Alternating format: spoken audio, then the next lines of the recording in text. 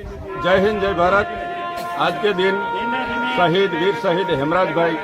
के शहीद स्मारक अनावरण विधि के दिन यहाँ पर उपस्थित मेहमान मागरोल मालिया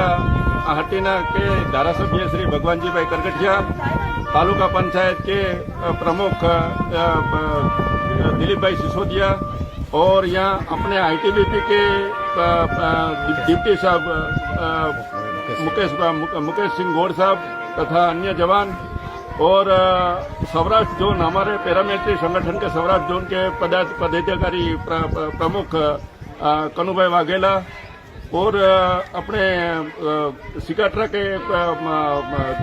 राजेंद्र भाई जादव, अशोक भाई गोहिल और गांव के सब नामी अनामी पदाधिकारी आज के दिन अपने हेमराज भाई के शहीद स्मारक की अनावरण विधि के दिन वीर शहीद हेमराज भाई अमर रहो, वीर शहीद हेमराज भाई अमर रहो। आज रोज कड़ाया गीરની અંદર જે ચુડાસમા હેમરાજભાઈ મનજીભાઈ